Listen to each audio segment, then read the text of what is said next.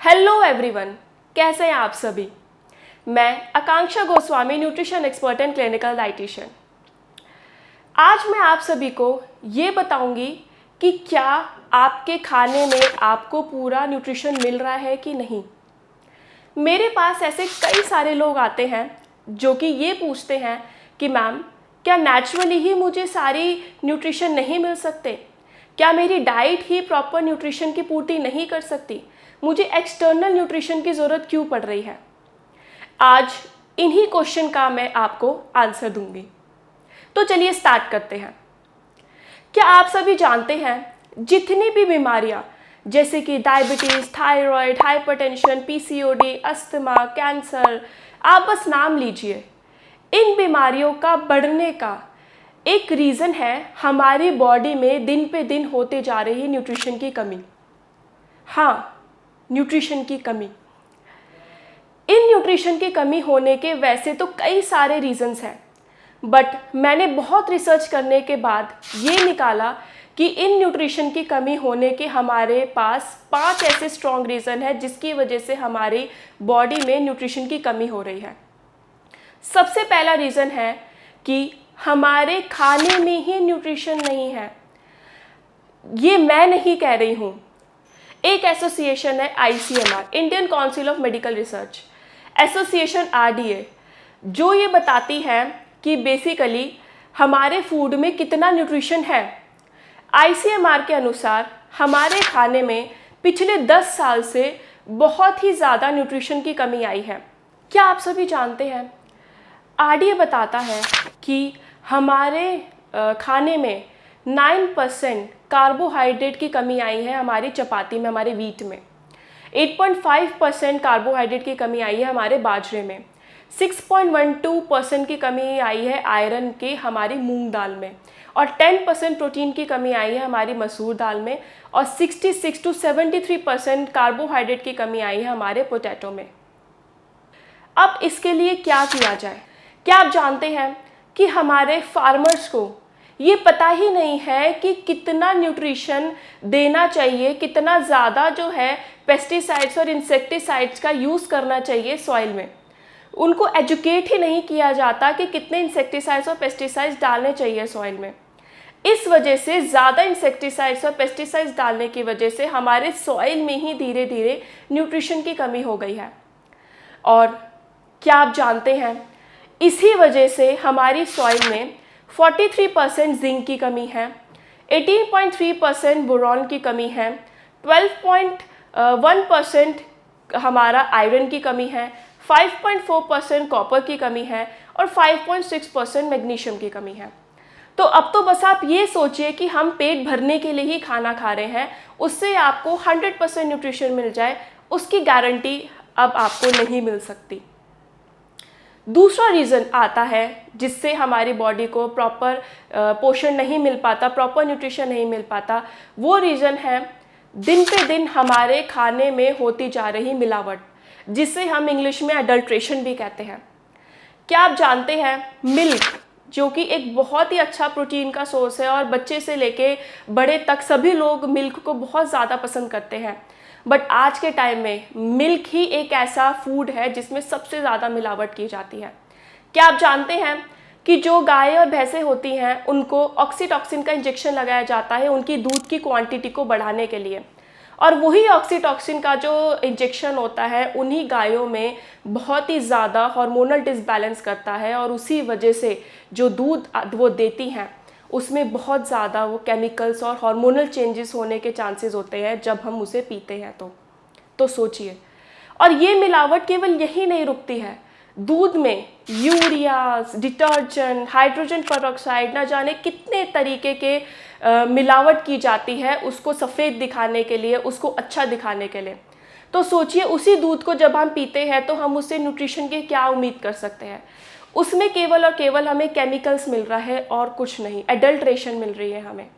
इसके अलावा जो सब्जियां हमारी मार्केट में आती हैं उनको हम ये सोच के लेते हैं कि ना जाने कितनी ज़्यादा न्यूट्रिशियस होंगी, पर क्या आप जानते हैं वो सारी की सारी जो हमारी जो वेजिटेबल्स हैं, फ्रूट्स हैं, वो भी हमारे लिए बहुत ही ज़्यादा खतरनाक है। इसलिए कह रही हूँ क्योंकि जितनी भी चमकदार वेजिटेबल्स आप सोचते हैं कि ये फ्रेश होगी, वो ही सबसे ज़्यादा केमिकल वाली होंगी। ऐसा मैं इसीलिए कह रही हूँ क्योंकि आप जानते हैं कि जो अगर आप दिल्ली एनसीआर में रहते हैं तो यमुना के पास ग्रो होने वाली वेजिटेबल्स जब उस पर रिसर्च की गई थी तो उसमें पाया गए थे कई सारे हैवी मेटल्स जैसे कि आर्सेनिक, मर्क्यूरी, कैडमियम। और आप अपनी स्क्रीन पे देख सकते हैं कि कितनी ज़्यादा जो है उसकी जो क्वांटिटी है वो बड़ी है। आप मानिए कि आर्सेनिक की क्वांटिटी जो है बिल्कुल नील होनी चाहिए हमारे फूड में, और उन वेजिटेबल्स में आर्सेनिक की क्वांटिटी आप सोचिए 230 तक जा चुकी है। सोचिए 230 तक। और उन्हीं हैवी मेटल्स की जो वेजिटेबल्स है जब हम अपने किचन में लेके आते हैं ये सोच के कि ना जाने कितनी स्वादिष्ट होंगी, कितनी ज़्यादा न्यूट्रिशियस होंगी, वही वेजिटेबल अल्टीमेटली हमारे लिए हार्मफुल है। क्यों? क्योंकि उनमें इतना ज़्यादा केमिकल है उस पानी की वजह से।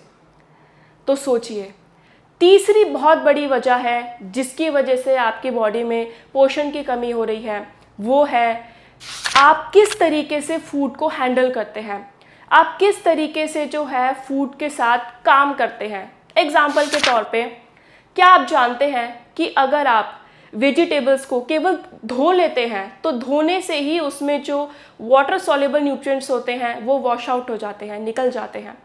वाटर सॉल्युबल न्यूट्रिएंट जैसे कि विटामिन बी एंड सी, केवल धोने से ही। तो अब आप सोचिए, धोना तो पड़ेगा ही क्योंकि साफ़ करना है हमें वेजिटेबल्स और फ्रूट्स को। तो अगर आपने केवल साफ़ किया, उसमें से वाटर सॉल्युबल न्यूट्रिएंट्स गए। आप केवल खाने को हीट कीजिए, उसमें से विटामिन सी जैसे हीट सेंसिटिव न्यूट्रिएंट्स जो होते हैं वो निकल जाते हैं। तो सोचिए, आपने खाने को हीट किया और उसमें से वो न्यूट्रिएंट्स निकल गए, तो आपको विटामिन सी क्या मिला? तो ये बहुत बड़े रीज़न्स हैं 3 जिसकी वजह से जो है न्यूट्रिएंट्स आपकी बॉडी में पहुंच ही नहीं पाते। इसके बाद जो चौथा एक मेन रीज़न आता है वो है आपकी बॉडी में हो रहा एब्जॉर्प्शन न्यूट्रिएंट्स का। माना कई बारी ऐसी डिसीजेस आ जाती हैं या ऐसी प्रॉब्लम्स हो जाती हैं कि आपकी बॉडी प्रॉपर उस न्यूट्रिएंट को एब्जॉर्ब ही नहीं कर पाती। एग्जाम्पल के तौर पे एक डिसीज़ है सीलियाक डिसीज़, जिसमें होता क्या है कि आपको ग्लूटेन एक प्रोटीन होता है, वीट में प्रेजेंट होता है और भी कई सारे प्रोडक्ट्स में प्रेजेंट होता है, उससे एलर्जी हो जाती है, आप उसे डाइजेस्ट नहीं कर सकते, इंटेस्टाइन में इन्फ्लामेशन हो जाती है, स्वेलिंग सी आ जाती है। उस केस में आयरन और वाइटामिन्स, कई सारे ऐसे न्यूट्रिएंट्स हैं जो कि आपकी बॉडी में एब्जॉर्ब ही नहीं हो पाते, आपकी बॉडी में एब्जॉर्ब ही नहीं हो पाते। उसके अलावा अगर आपके इंटेस्टाइन में अल्सर्स हो गए या फिर बॉडी में कोई और प्रॉब्लम हो गई, तब भी आपकी बॉडी में न्यूट्रिएंट्स अच्छे से एब्जॉर्ब ही नहीं हो पाएंगे। ये था चौथा रीज़न। अब मैं आपको बताऊंगी 5वां रीज़न जिसकी वजह से भी आपकी बॉडी में प्रॉपर न्यूट्रिशन आपको नहीं मिल पाते। 5वां रीज़न है आपकी खाने की कैपेबिलिटी। आप कितना खा सकते हैं। भाई आरडीए कहती है कि अगर एक आप मेल हैं तो आपको 60 ग्राम्स ऑफ प्रोटीन की ज़रूरत है, अगर आप फीमेल हैं तो आपको 55 ग्राम्स प्रोटीन की ज़रूरत है अप्रॉक्सीमेटली। मैं ये समझती हूँ कि 50 या 55 या 60 ग्राम प्रोटीन लेने के लिए आपको कितना खाना पड़ेगा। देखिए, वैसे तो प्रोटीन 1 ग्राम पर केजी आइडल बॉडी वेट के हिसाब से होता है, बट मैं एक एवरेज लेके चल रही हूँ कि अगर एवरेज आप मेल हैं 60 ग्राम्स ऑफ प्रोटीन आपको चाहिए तो आपको कितना क्या लेना पड़ेगा। 60 ग्राम प्रोटीन को फुलफिल करने के लिए आप अगर 1 बाउल दाल लेते हैं तो उसमें आपको 7 ग्राम्स प्रोटीन मिलेगा। 2 एग्स लेते हैं तो आपको 16 ग्राम प्रोटीन मिलेगा। 9 आप चपातीज़ लेते हैं तो आपको 18 ग्राम्स जो है उसमें प्रोटीन मिलेगा। आप 2 ग्लास मिल्क पीते हैं तो 16 ग्राम्स उसमें प्रोटीन मिलेगा। अगर आप 2 बोल वेजिटेबल लेते हैं तो 3 ग्राम्स प्रोटीन मिलेगा। तब जाके आपका 60 ग्राम्स ऑफ प्रोटीन पूरा होगा। तो ये क्वेश्चन आपको खुद से करना है कि क्या पूरे दिन में मैं इतनी डाइट ले पाती हूँ या ले पाता हूँ। क्या पूरे दिन में मैं 1 बाउल दाल या 2 अंडे या आप 2 ग्लास मिल्क या फिर आप चपाती 18 चपातीज़ आप इतना ले पाएंगे। ये हमें सोचना पड़ेगा, ये हमें जानना पड़ेगा। इसके लिए हमें बहुत ज़्यादा विचार करने पड़ेंगे कि क्या हम इतना खा पाते हैं। आजकल आपको गाइडेंस मिलती है ये खाइए, ये खाइए, ये खाइए, पर ये हमें खुद से पूछना पड़ेगा कि क्या इतनी ज़्यादा डाइट हम ले पाते हैं। हमारी सेडेंटरी लाइफस्टाइल की वजह से इतना ज़्यादा न्यूट्रिएंट्स हम ले ही नहीं पा रहे हैं, चाह के भी हम इतना ज़्यादा न्यूट्रिएंट्स नहीं ले पा रहे हैं। अल्टीमेटली हमारी बॉडी में फिर न्यूट्रिशन की डेफिशिएंसी हो जाती है। अल्टीमेटली हम कई सारी बीमारियों से फिर ग्रस्त हो जाते हैं, माना में कई सारी बीमारियां हो जाती है और धीरे धीरे हम उन्हीं बीमारियों में एक तरीके से जकड़ जाते हैं। सबसे ज़्यादा इम्पॉर्टेंट है फ्रेंड्स कि हमें अपनी बॉडी में न्यूट्रिशन की क्वांटिटी को पूरा रखना है। ये मैंने आपको कुछ एग्जाम्पल बताए हैं। मैं आपसे क्वेश्चन पूछती हूँ, अगर मुझे डेली ओमेगा की क्वांटिटी को पूरा करना है, अगर मुझे डेली कैल्शियम की रिक्वायरमेंट को पूरा करना है, तो मैं कैसे कर पाऊँगी? इतना तो मैं कैल्शियम ले भी नहीं पा रही, इतना तो मैं ओमेगा ले भी नहीं पा रही हूँ, तो अल्टीमेटली मैं कैसे पूरी करूँगी? उसका केवल एक ही रीज़न है कि मुझे एक एक्सटर्नल चीज़ें चाहिए होंगी, मुझे एक एक्सटर्नल न्यूट्रिशन चाहिए होगा, क्योंकि नेचुरली मुझे नहीं मिल पा रहा है। ये चीज़ हमें बार बार सोचनी पड़ेगी। जो ये 5 पॉइंट्स मैंने आपको बताए, इसके ऊपर आप एक बार सोचिएगा ज़रूर कि क्या मैंने सही बताया है, क्योंकि अल्टीमेटली कहीं आप नेचुरल के चक्कर में अपनी बॉडी में न्यूट्रिशन की डेफिशिएंसी तो नहीं कर रहे हैं, कहीं आप ये तो नहीं सोच रहे हैं कि हाँ हम नेचुरली ले लेंगे और इसी वजह से आपकी बॉडी में न्यूट्रिशन की कमी होती जा रही है और आप बीमार होते जा रहे हैं। तो ये सोचने के लिए मैंने आपको टाइम दिया है, इसके बारे में सोचिएगा ज़रूर और मुझे बताइएगा ज़रूर। So thank you so much आप सभी का।